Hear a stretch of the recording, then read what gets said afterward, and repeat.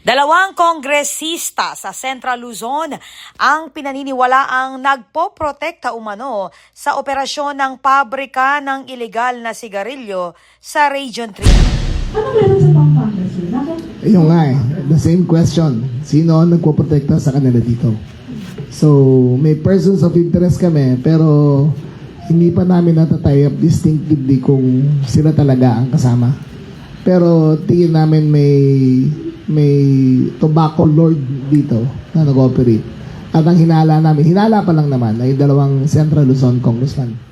Ito ang inihayag ni Secretary John Vic Remulla matapos ang isinagawang joint inspection sa isang warehouse sa Barangay Panipuan, City of San Fernando, Pampanga nitong February 16. Pinangunahan ni PNP Chief Jose Melencio Nartates Jr.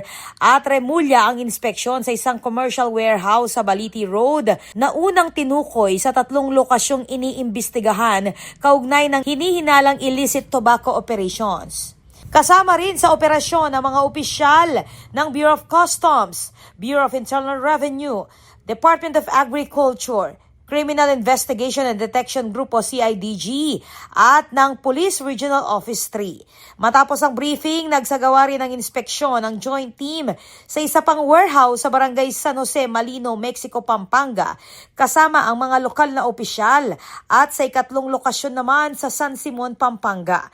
Ayon sa mga otoridad, bahagi ito ng pinaigting na kampanya ng pamahalaan laban sa ilegal na sigarilyo na nagdudulot ng pagkalugi sa lehitimong negosyo at pagbawas sa kita ng gobyerno. Patuloy naman ang investigasyon upang matukoy ang pananagutan ng mga sangkot sa operasyon.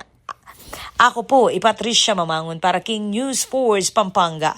Balitang tutuking Balen, susuyo.